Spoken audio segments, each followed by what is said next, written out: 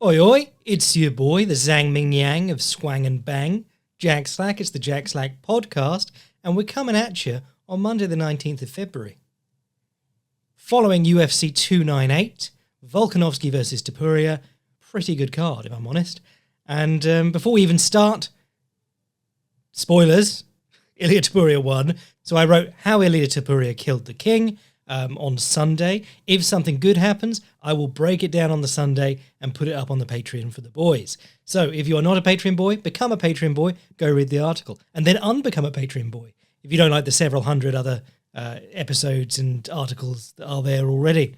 And if you are a boy, remember to go read it, because that's got pictures and stuff, and it's going to be much better worded than what I say on this podcast now. And of course, this podcast is about every fight on that card rather than just stewing and luxuriating in that rather excellent main event. But a pretty good night of fights. Let's see, what did I like on this one? There was quite a lot. There was a few that I liked on this one. There were a couple that sort of sucked. There was one that, you know, a lot of people thought really sucked and I thought only sucked a bit, which was Gary versus Neil. But the ones that I was excited for, the three that I really wanted were Topu-era, Volkanovski, Whittaker Costa, and Hernandez Kopylov. All those turned out to be great. So we'll start at the top. Ilia Topu-era, Alexander Volkanovski. You'll notice that I'm saying Topu-era's name first because he's the champion now. Really interesting fight. I wrote a piece about Ilia Topu-era and some stuff he was using against Josh Emmett last week, which is available to everyone. I'll link that in the description, but it was called Ilia Topu-era, the V-step, the pivot, and the shoulder roll. And in that article, we talked about how Ilia Topu-era was doing very well, getting down behind his lead shoulder, hiding himself from Emmett's right hand, even while standing right in front of Emmett. It's a great thing to be able to do. It allows you to punch. It's the best counter-punching position in the boxing arsenal, because the moment that you feel the guy's right hand ding off your shoulder, you know he is exactly close enough for you to hit him with your right hand, and, you know, unless there's an absolutely massive reach disparity, and you know that he's out of position because he's just thrown a really hard right hand against your shoulder. But more than that, in MMA, without repeating the article too much, there's this sort of delusional view that shoulder rolling doesn't work in 4-ounce gloves because the gloves are too small and they'll sneak through, when really you're sealing off your jaw almost completely on one side with your shoulder being pressed against it. The muscle and bone of your shoulder aren't going to leave you. Having gloves on will leave you, so if you're guarding yourself with your gloves in a classical boxing guard, you're much more likely to get things slipping through that wouldn't in big gloves than when you're doing a shoulder roll. Shoulder roll as an evasion / block rather than the position of fight with your hand low and all that. But, you know, it's all interconnected. But anyway, in the course of that article, I was talking about attacking the shoulder roll or attacking someone who's good at using their lead shoulder to get down and avoid your right hand. And we talked about three things. One from Joe Pyfer versus Jack Hermansson last week, which is throw your punch higher. Because no matter how high he gets his shoulder when it's against his chin, you can't bring your shoulder up to your temple. It's impossible. That doesn't mean that if you touch the guy's temple, he's going to die. But to take a right hand on the, you know, to the jaw with a shoulder roll, you are blocking it on your shoulder and you can stand right in front of them. To take a right hand on the temple, you have to turn with the blow. You have to see it coming. So you're asking a bit more of the opponent. So that's one way of improving your chances. The other ways are to just ignore your right hand. He wants you to throw your right hand onto his shoulder so that he can throw back. And you just say, no, I'm going to attack your rear hand. Because especially in MMA, where guys are still only sort of playing with the shoulder roll, guys don't roll behind their right hand. If you throw your right hand, and this is what we were talking about with Topu-era leaving himself open after his right hand because he always drops it to his chest and throws the left hook afterwards. But if you throw your right hand, you can then shrug your right shoulder and turn your hips all the way through and block a left hand that comes back in response. GIF I used in the article was of Roberto Duran against Marvin Hagler, because that was a Southpaw versus Orthodox matchup. Every time Duran threw his right hand, Hagler wanted to throw his left hand back, so he'd throw his right hand and then he'd shrug down behind his right shoulder. Another amazing example would be Jersey Joe Walcott, who was so good at shoulder rolling that he could do it with his feet level along the ropes against Rocky Marciano for 12 rounds. And that's going to come up, feet level along the ropes, feet level along the fence, and the difficulty of getting down behind your shoulders there when we talk about the knockout. But Attacking the rear hand is a great thing to do, because if you aren't going to turn your body all the way through and roll things on your right shoulder, if you're just doing that side on, left shoulder forward, right hand high, all that's protecting your right side is your right hand. So the left hook can slip in front and behind your right hand. Great example I used in the article was Fedor landing his left hook on Tim Sylvia's neck behind his guard. Tim Sylvia had his right hand up exactly where it should be, and the left hook still hitting behind the guard. But more than that, in a boxing context, if you use your left hand with variety, if you're throwing jabs, body jabs, left hooks to the body, long palm down, left hooks to the body where you change level and things like that. If you're scoring points with your left hand, you're drawing their right hand forward or out to the side, and then you can sneak things through. So harassing the rear hand. And then in MMA and kickboxing and sports with kicks, throwing hard kicks against the rear hand is a great way to deal with that as well. And certainly when you're throwing body kicks and head kicks, their elbow has to come up and down to deal with that. If their elbow is clamped tight down to deal with body kicks, it's very easy to kick through their hand into their head. So it's quite telling that Volkanovski came out and was immediately, the first move of the fight for him was to back up a little bit, flick out a fake jab or a half-assed jab that Topu-era reached to parry, and then threw a left high kick, trying to get behind the right hand. So throughout this whole fight, he's looking for left body kicks and left high kicks, which is unusual because Volkanovski, he's a very active left leg kicker, but it's normally just to the lead leg, or for the most part to the lead leg. Here he was doing an awful lot of kicking above the waist on the open side. Then he was reaching to attack. He does a lot of hand fighting with both hands generally, but he was reaching out with his left hand to pull out Topu-era's right hand to try and throw high kicks behind it. And then when Topu-era pulled his hand back wide, into a guard ready to take a kick, he'd jab up the center. So he's doing a lot of circling to the left, kicking with step-up kicks and jabbing. Now, the interesting thing is that we were talking about this with the article about Ilia Topu-era. I was saying the V-step and the pivot, very susceptible to the low kick as you pivot. Or when you jab in and you go back to your left, you're very susceptible to the outside low kick. And it was Topu-era who was using that opening on Volkanovski, because he was moving left the whole time, trying to jab in and then glide back to his left.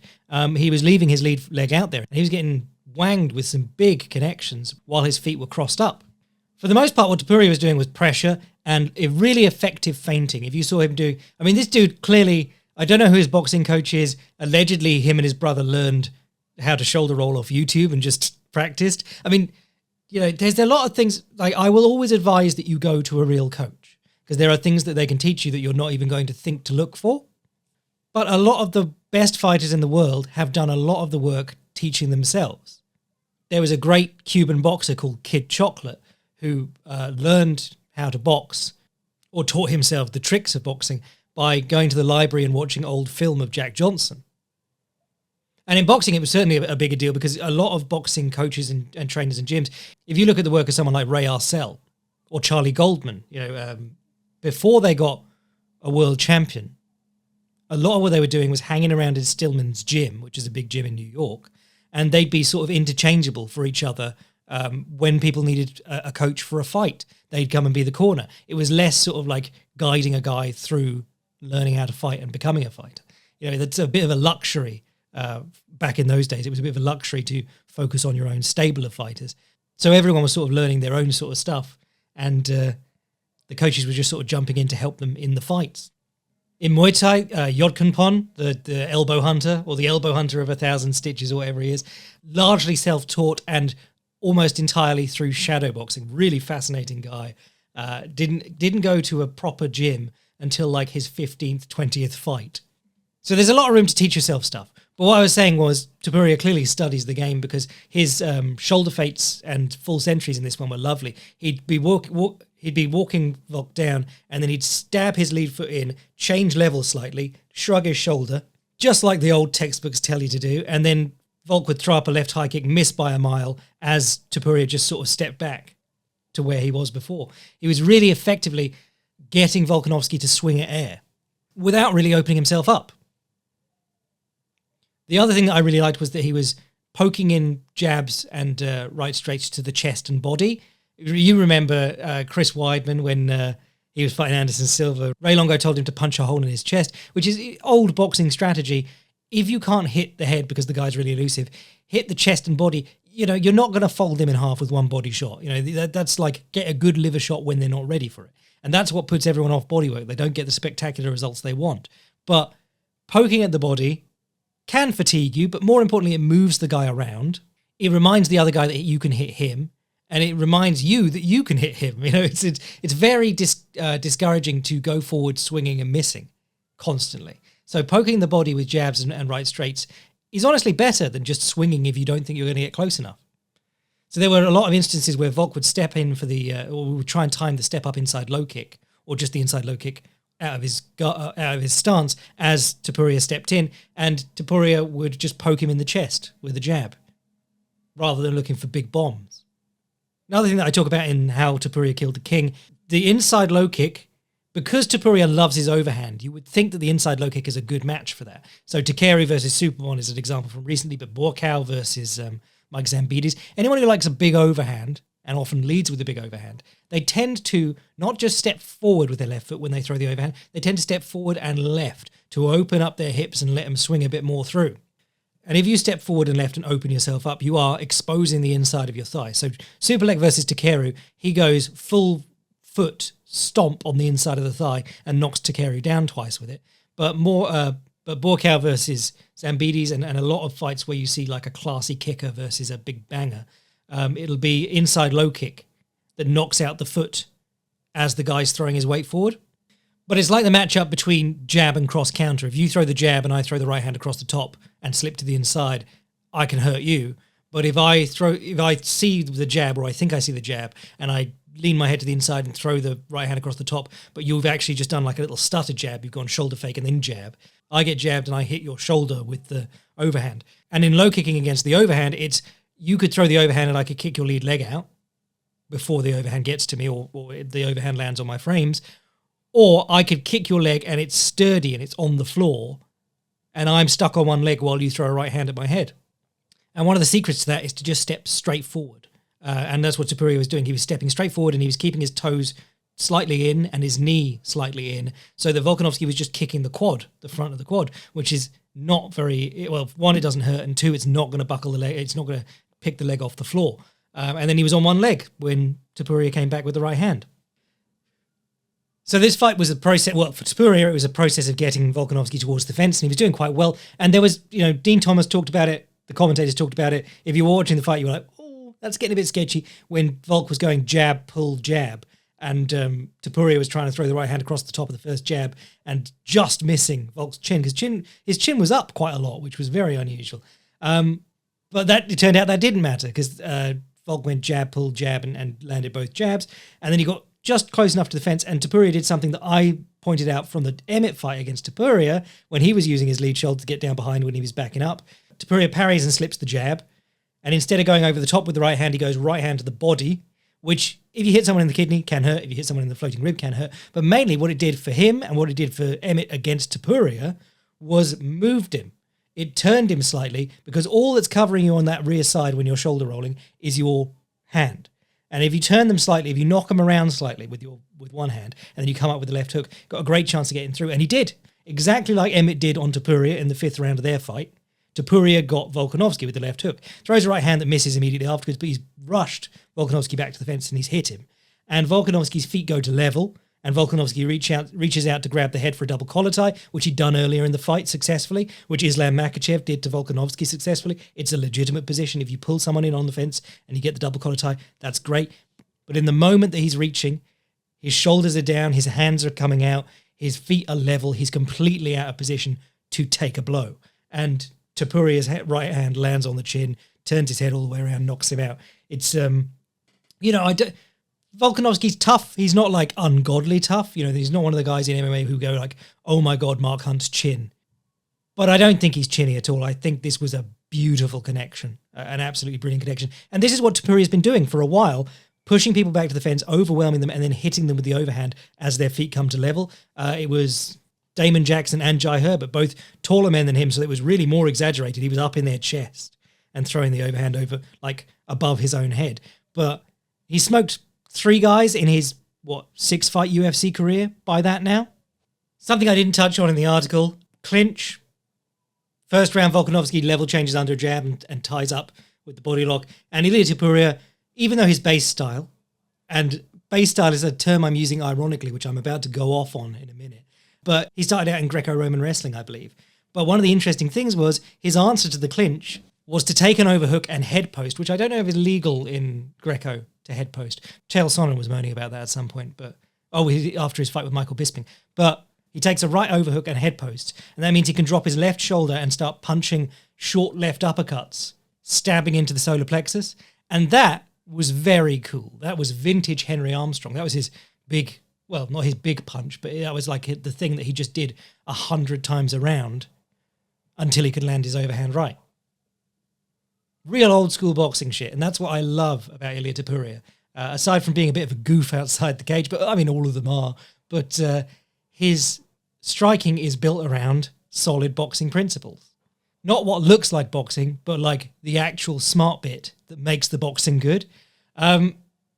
Returning to base styles, I just saw a tweet. It was the funniest shit. I mean, it's just blue chicks posting bollocks, but this dude, AJ Duxche, and this other dude, Kolioko, they just have this, Kolioko's take, Volk's hands down, chin up, kickboxing style, relies on speed and chin for defense. And ATP both have regressed. He would have done better with a style more like Peter Yan for this fight. And this other clown quote tweets, I'm going to say it, unless you're 6'5" with devastating power in your punches and kicks, kickboxing isn't a very good base for MMA these days. Muay Thai plus boxing is the better way to go. Sorry, guys, it's not an RPG. If you live in a place with an MMA gym and you're deciding on your base style, you're doing it wrong. Go to the MMA gym. Base styles, as far as they happen, are just what people take up first. If there's a jiu-jitsu gym in my area and I take up jiu-jitsu and then later I want to try MMA and I have to drive an hour down the road to find an MMA gym, but I've got all this background in BJJ, that will, against my will, be my base. It's you don't go, I actually want to respec my base. Can I speak to Withers, please? Just what a fucking clown. Everyone's trying to do everything. More importantly, like Volkanovski uses the teep a lot more than most people in MMA and the jab a lot more than most people in MMA. I'd call that Muay Thai plus boxing. In fact, I'd probably call Muay Thai a type of kickboxing. I imagine the Thais call it a kind of kickboxing or just kickboxing. It's just rule sets, and it's just what baffling weirdos people are online. It got better because this dude was like, why did Volk think it was a good idea to swing with Topuria instead of getting a guard up or blocking or trying to do a tie clinch with a clip of him literally reaching behind Topuria's head and trying to pull him in? Oh, God. But then, with blue checks, you never know. But anyway, base styles. Don't get hung up on base styles, particularly if you're trying to get into MMA. A base style is something you either already have when you become aware of MMA or when MMA becomes viable as a way of making money. If you haven't got a base style, just try MMA and see what you're good at. And then a lot of, especially in Britain, I can only speak for Britain because we don't have an awful lot of big camps, but in Britain, what a lot of fighters do is they'll train at their main gym and then they'll do supplementary training at a boxing gym or a Muay Thai gym or a judo gym or, whatever they are good at or bad at, whatever they are good at and want to improve, or whatever they are bad at and want to shore up the holes, they will go to that gym. It's like Paddy Pimblett is always down the boxing gym. And you're like, God, what would it look like if he weren't? Anyway, like I said, touched on it in a lot more detail with pictures and diagrams and stuff in the How Ilia Topuria Killed the King article. If you aren't a Patreon boy, the Ilia Topuria, the V-step, the pivot, and the shoulder roll is free. Go and read it. It's a good piece. It came out a lot longer than I expected it to because I got excited and in the weeds and I drew lots of footwork diagrams and things. But let's do the rest of the event. Co-main, Whittaker versus Costa. I'll say this was the one that I was cautiously interested in the most. I thought this had the most potential for just being a one-way Whittaker shutout or Paulo Costa just not turning up. I do sympathise with Paulo Costa because he was on one of the worst contracts I've ever seen. After he fought for a title, he was on a released purse. If you're new in today, purses aren't released very often. They are only released in a couple of jurisdictions where the commission makes the UFC.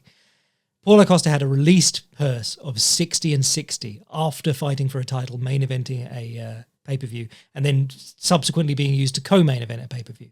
So he was used. They like him. They think he's exciting. People clearly think he's exciting. They think he sells part of the product, and then they were paying him 60 and 60. And that was partly because he came in through Walid Ismail, who, his fighters don't get paid very well when they get picked up by the UFC. There's a reason him and Davison Figueiredo fell out. But in recent years, he's been arsing around a lot and missed weight by an enormous amount against Marvin Vettori. And then he was like, I'm going to fight Khamzat. And the UFC said he's fighting Khamzat. And then it turned out that they didn't even sign a bout agreement, which is partly on the mostly on the UFC. Announcing fights and selling tickets like you've got them in the bag without finalizing them on paper is insane. But yeah, Paulo Costa's been off for a long time, and I wasn't expecting much. And he turned up, and where it was supposed to be like Paulo Costa's strength and power versus Rob Whittaker's finesse and speed, Paulo Costa looked pretty damn fast, and Rob Whittaker answered that by looking surprisingly powerful. It was a really great fight. Firstly, Costa, his thing has been to walk people down with physicality, club them with punches that don't necessarily have like one punch knockout power, but seem to hit people's guards and move them around. And then he grabs the double collar tie and knees you, or he punts you in the body as you're trying to circle out. That's his thing, hitting people really hard with kicks and punches and walking through everything you throw back. What I didn't expect was him to come out flicking his jab like he was towel whipping the guy. He looked like Muhammad Ali out there. He was, doing the full lean forward and backhanded jab. And I went, what the fuck? And for a minute, it looked really confusing for Rob Whittaker. And then he's throwing up these high kicks that Paulo Costa's always been a power kicker, but he's throwing up these high kicks that are just as fast as Whittaker's famously fast high kicks. So yeah, he was really confusing Whittaker to start with. And then he'd hit a wheel kick that was about the cleanest you could ever ask for. It was a nearly 200, well, probably over 200 pounds on the night, man, spinning and hitting you on the end of the lever with the heel in the jaw. For Whittaker to survive that, it's fighters don't choose what they survive. It's just like if you get hit with something and you go, oh, I'm still alive, better keep fighting. Or you wake up and you go, oh, damn, what hit me? But Whittaker, I would not expect him to take a shot like that. I've seen him stunned by things that are much less than that. I mean, this is fighting in a nutshell. It's not even the hardest blows that stun you. But that was hard, and he couldn't have possibly seen it coming, so just crazy. Whittaker was having good success by using the jab and dip and hooking off the jab. The jab and dip is, for new people here, who we might have a few because it's a big event, jab and dip is to jab and then move your fucking head. If your head is not in the same position as when you started throwing the jab, anything the opponent throws back is probably going to miss you and open them up to a counter. So it's kind of like serve and volley in tennis, which has gone out of fashion, but it was an exciting way to play.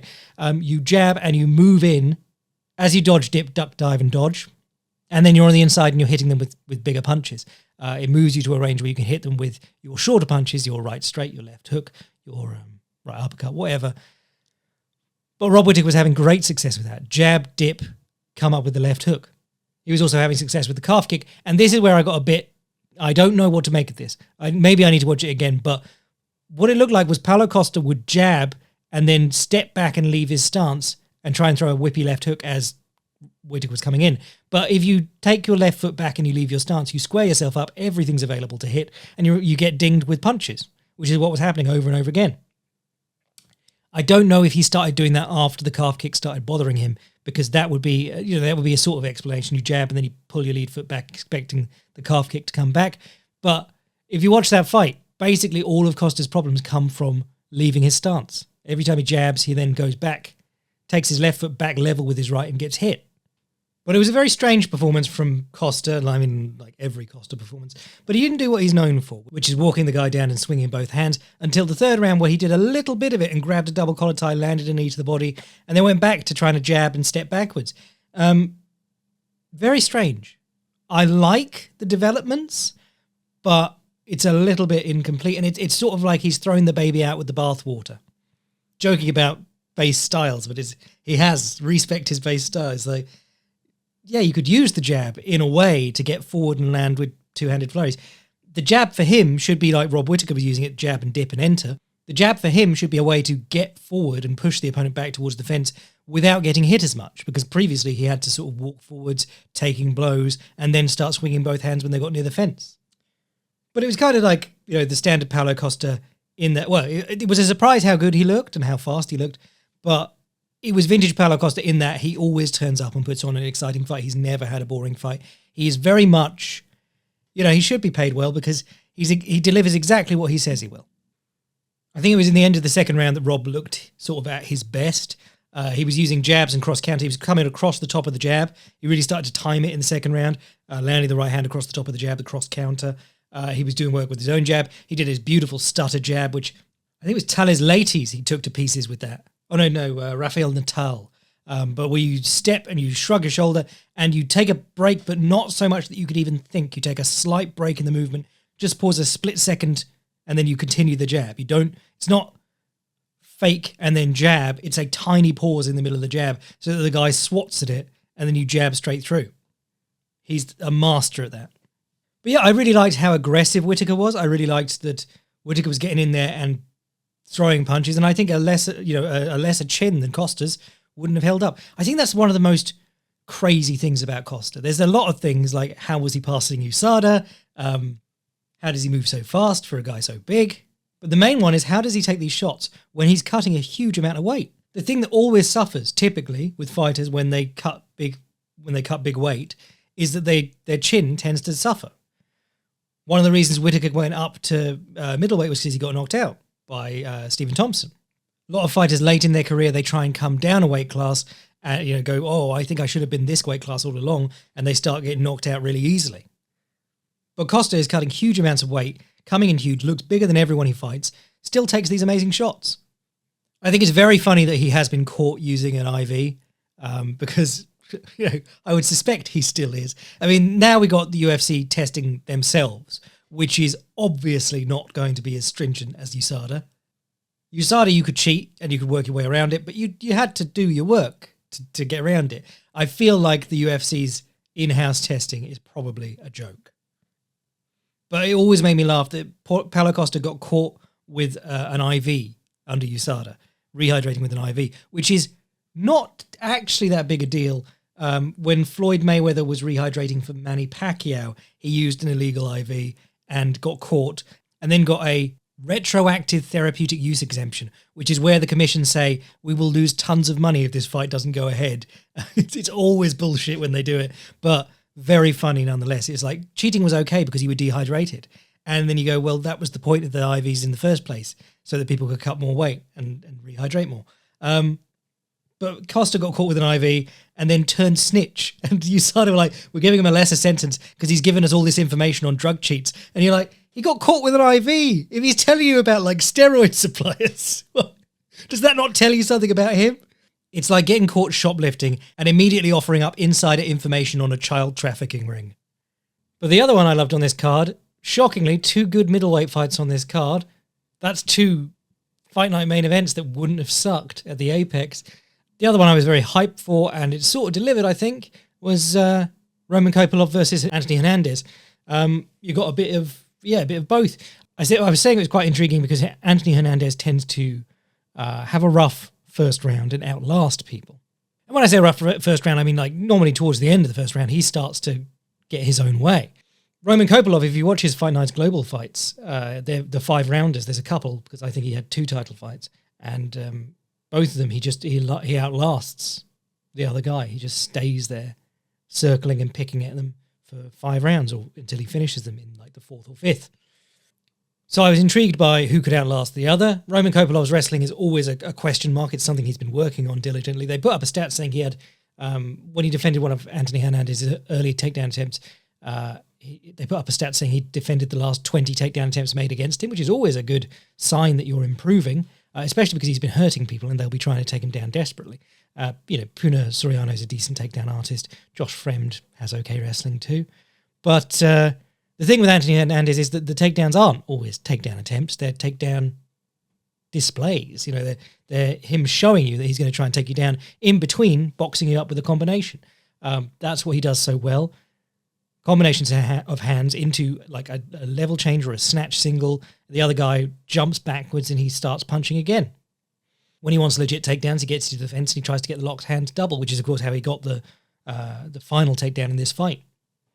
But man, he had to walk through it. He had to follow Kopylov around. He ate a couple of left straights to the head. He ate some nasty body kicks. That Kopylov body kick, people just don't see it coming, especially in MMA, because no matter who you are in MMA, go watch Islam Makhachev head kicking Alex Volkanovski. I mean, not the best head kicker in the world, but big step out, forward and out to the side before throwing the high kick. Kopylov takes a step inside your lead foot. He's a southpaw and he steps inside to the left and then throws the left kick. And it's a weird move because it adds more, or it takes the kick for, anytime you have to kick past the center point, you're losing power. Your power is like 80% of the way up to the center point or at the center point. But he sneaks it in on everyone, and it looked like it sucked taking those. But Hernandez, man, he was doing really well with, I really love how he uses hooks to catch people and herd them and slow them down. So against Edmund Shabazian, there was a beautiful 1-3-2, which is a great combination. If they're circling along the cage, you go jab, they circle past your left shoulder, you bring your hand down and round, and you slap them with the left hook. It's not going to be powerful, but you'll ding them maybe around the guard, maybe on the guard, and then you shoot the right straight to where your hand has just landed. And he really hurt Edmund Shabazian with that one. But in this one, he was going right straight, step through right hook, and he was chasing Kopylov, because Kopylov always goes back into the left. He spirals round, and it really messes people up if they can't get him towards the fence. So Hernandez was doing a beautiful job, stepping in with the right straight and then stepping forward with his right foot and throwing the right hook around to the side and just cutting Kopylov down that way. They were calling it the haggler in his corner because they were like, the haggler's working really well. And he came out and did exactly the same thing again. So I'm assuming that's what they meant by the haggler. Marvin Hagler, obviously a southpaw who would close into orthodox or go in fight from orthodox. So he'd step in and then he'd change stances as he stepped in. Something Roberto Duran did against Hector Camacho in his old age, in his dotage. Finish on this one was really nice. Kopylov was fighting off the hands, went to get up, and Fluffy on his back, he released. You've got two hands under if you're on the, if they're tripoding up, you've got two hands under so that you don't fall over their back. Kopylov lingers a bit and his hips aren't higher than his shoulders, so Fluffy's not going to fall off. Fluffy takes his right hand out and punches the side of Kopylov's head as if he's going to sneak his right hand through for the choke. As Kopylov's going two hands on that hand, he punches his left hand over the shoulder on the other side and goes for the choke. Two hands over the top is really aggressive, but a great way to lose back control. It's kind of high stakes, but in that way he was able to sneak a choke. He convinced them that one hand was choking and the other one came through. It was very nice. Right, let's run down what else was good and what was trash. Gary versus Neil was fine. I think Neil got a lot of criticism for not cutting off the ring. He was actually better at cutting off the ring than he has been. He was absolutely terrible against Stephen Thompson and just followed him around the cage, not throwing a single low kick. He threw a couple of low kicks in this one. He threw a few body shots, not as many as he would like. And the main problem was that he kept swinging and then falling into the clinch and not really doing anything with the clinch. He fought I'm serious this time, and then went, but I don't want to gas out. Right up until the last seconds of the third round. Fought like he was absolutely terrified of gassing out. Ian Machado Gary, some nice knees on the way in, intercepting knees as Neil came in, but otherwise not a lot of interesting work. I mean, he fended off the clinch work and he didn't get hit coming out of the clinch very much. So that was that, but mainly Jeff Neal is just so much talent and so little ability to actually learn, unless his team aren't teaching him how to fight, but he should have improved a bit by now. And Ian Machado Gary is, same old, same old. People desperately want him to be super impressive like he was against D-Rod, but I think he's just going to be a decent guy. Murad Dvalishvili versus Henry Cejudo was interesting. I mean, Cejudo is 37 years old, which is very old in that division.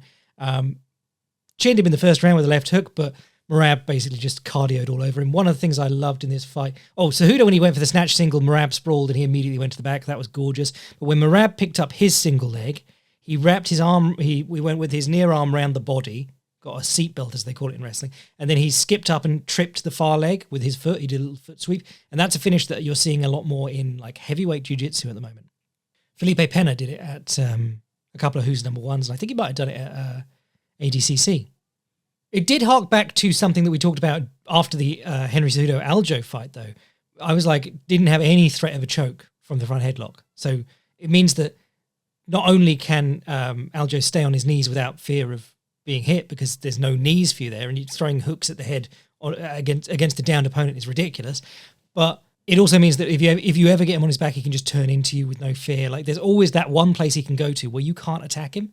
And Merab Dvalishvili grabbed a guillotine from the front headlock in this fight, was nowhere close to finishing it. No matter, I mean, Joe Rogan thinks that every guillotine is tight, but Cejudo's there just monitoring the hands, looking after himself. Merab is showboating to the crowd and winning on the judges' scorecards. Not a lot is happening, but as long as his hands are wrapped around Henry Cejudo's neck and Henry Cejudo isn't like driving through to take him down, which is very difficult when you're in the middle of defending a choke, Merab's winning. And that just, it hammered home exactly what Henry Cejudo was missing in that Aljo fight. If you can wrap the head and threaten a choke, that's really important. People got so mad when I said that at the time. I was just like, learn a choke, bro. But it's a very reductive way to say it, but Henry Cejudo has no submission threat at all.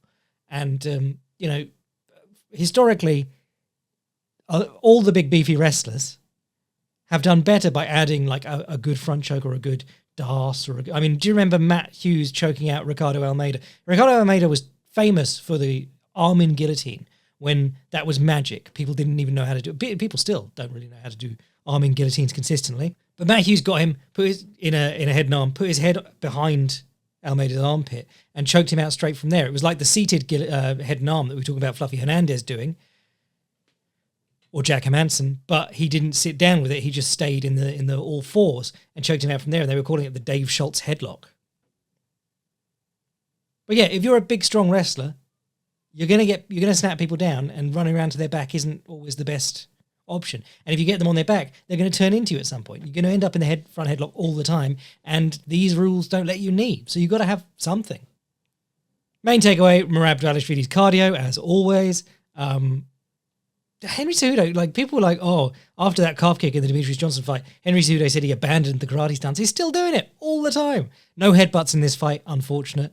That's the Cejudo classic. But yeah, it's sad that this guy lost so much of his prime trying to get paid better.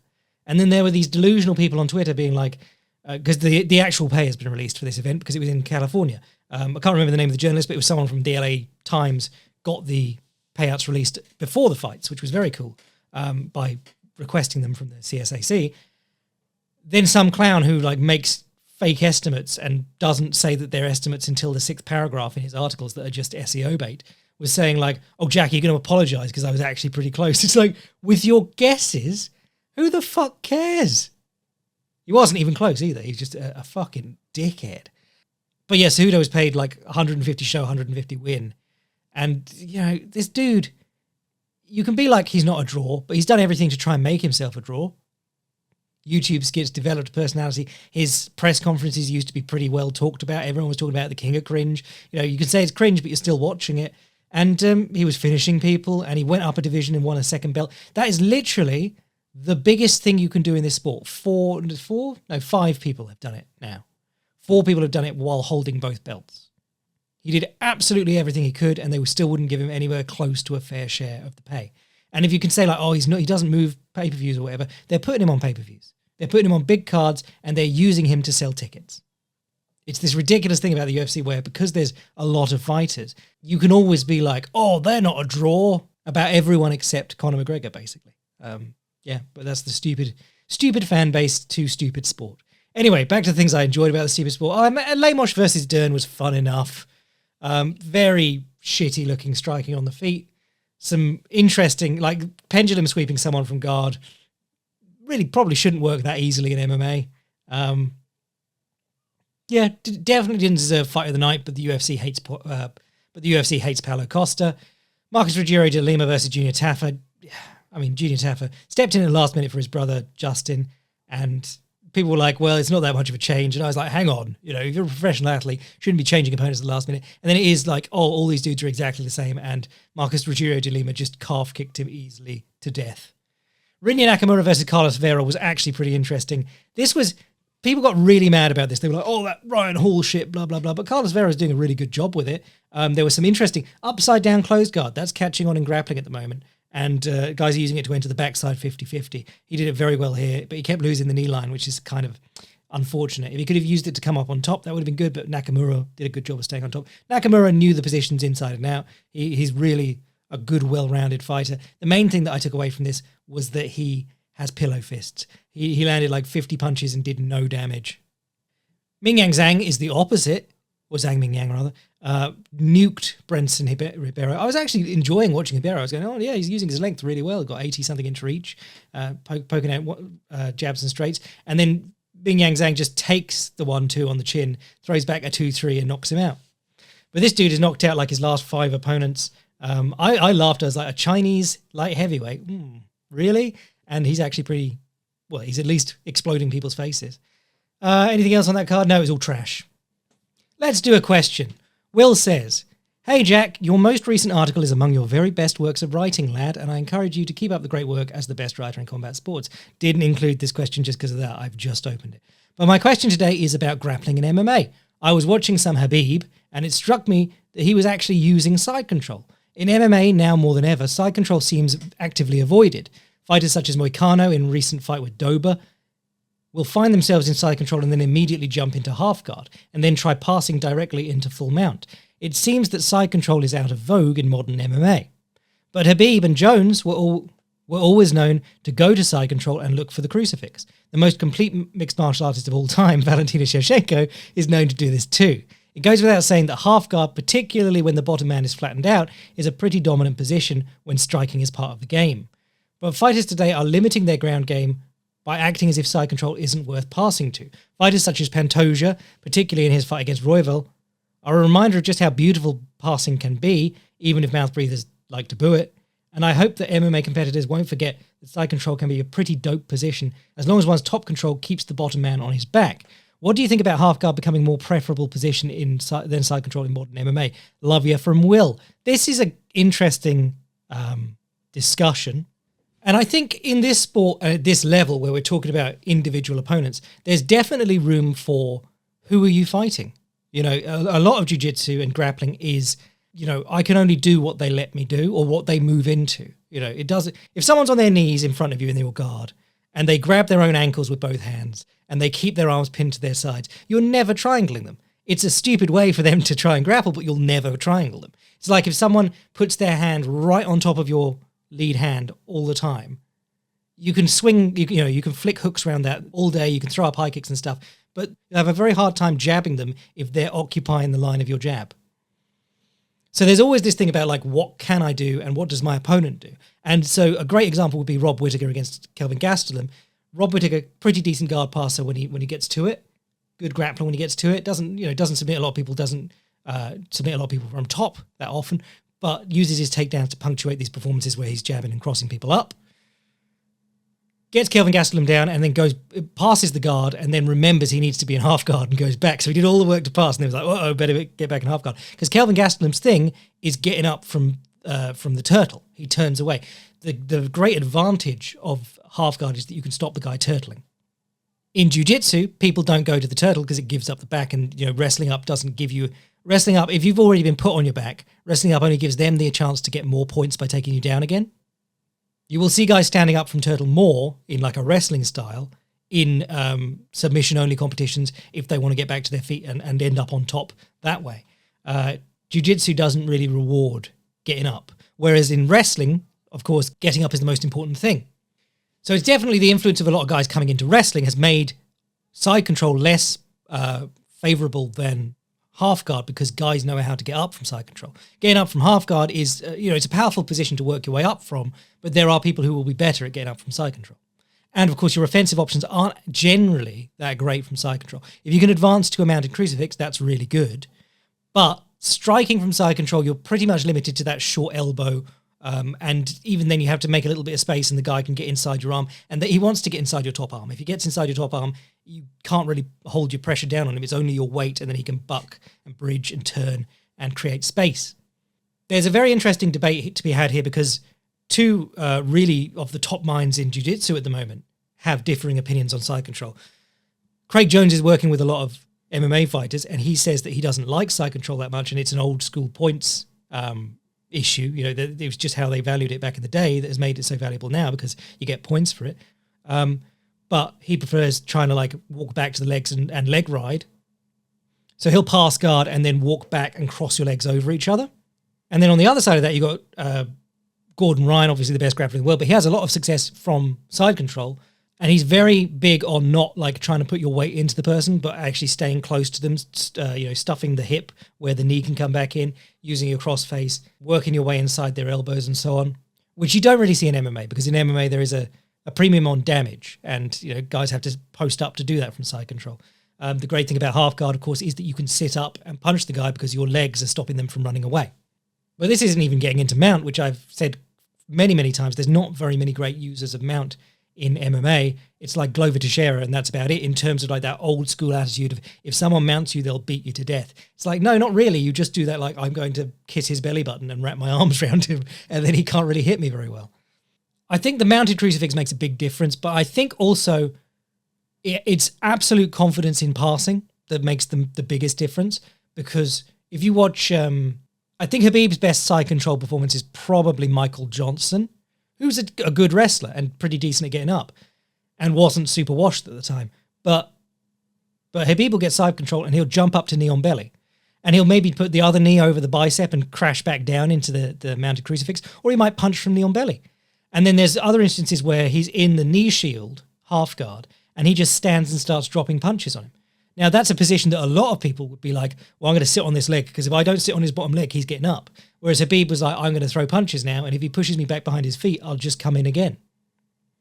It's the same with Fedor. It was absolute confidence. He would get knee on belly and punch people once, as hard as he could. And a lot of the time he'd miss and hit the mat. Like, that's how hard and recklessly Fedor would punch, and they'd kick him back to guard, and then he'd just pass their guard again. Ryan Hall, I was watching some of his new stuff recently, and he's always on about how like there's very few people even in the grappling world who really have a great grasp on guard passing. And Keenan Cornelius has said this too. He said like 98% of passing guard is failing to pass guard. But you have to be really confident passing guard to be happy giving up position by opening up to swing. And side control is a position where people desperately hold it and they still lose it. Whereas half guard is a position where if you sit on that bottom leg and stay low and you don't let them get the underhook, you can keep it quite well. And if they get the underhook and you're someone like Dricus du Plessis, you can drop the elbow, you can use the wizard to crank them down and threaten the Darce. There are attacks there. And I think the other thing about it is like people treat side control as a more rounded submission attack position, where half guard actually has really all the submissions you need. You can get your Darce, you can get your Darce and your Japanese necktie of your Mads Bennell. You can get your Kimura. You can get a guillotine as they come up if you're really confident in it, like Jessica Andrade. And that's about all you need. As long as you're dropping elbows on them in between, you've got a better position to sit up and drop elbows on them than you have in side control. And I think, like you said, the passing aspect of it, flattened half is the best position to pass from because you can move straight to mount or side control and you're inside their elbows and their knees and they don't really have any options. They've got to fight back for all that space, all that inside position. But because good half guard passing, you can go straight to mount if you're comfortable doing that. It also means that there's not really a reason to go to side control when a lot of people's best attacks from side control are to get under the near elbow and try and mount. I think the general rule in grappling has always been like try and keep their knees and elbows off the floor. Whether they're turning into you or away from you, they need both their elbows to move, to change places, basically. So if you hold one elbow, and you can normally pin them quite effectively, or if you've got an underhook on the elbow and they try and turn into you, or if you lift the elbow up as they try and turn away from you. That works with the knee from half guard because they can't turn into you or away from you when you're sitting on the knee and you've got your leg underneath it. When you're talking about side control, it's quite easy in the middle of a fight to lose track of their elbows and for them to just dig one arm under you and either hit a ghost escape or get up to their knees. It's also a position where like a lot of the work you're doing requires you to be holding them with your arms, whereas, of course, half guard, you can sit up and hit them. So I think that's the gist of why it's more popular. I think unless you're a real submission specialist or you can get them out quickly, side control probably isn't worth your time because we're getting to the point where people are so good at getting up from their knees. And, of course, you're so slippery late in a fight that it just isn't worth it, to be honest. Though I do love seeing the old, it was Mateusz Gamrot's Kimura on Jeremy Stevens from side control. I do love seeing a good submission from side control, but they're pretty rare nowadays. Most submissions even actually come from the opponent turning in sort of like a wrestling scramble or a front headlock. Anyway, cheers, Will, and thanks for the kind words. Right, I reckon that'll do us for today. I'm your boy, Jack Slack. Go read How Ilia Topuria Killed the King, and if you haven't read the freebie before that, Ilia Topuria, the V-step, the pivot, and the shoulder roll, go read that. If you've got an email for the podcast, jackslackpodcast@gmail.com. And if you want to see what I'm writing anytime, fightprimer.com.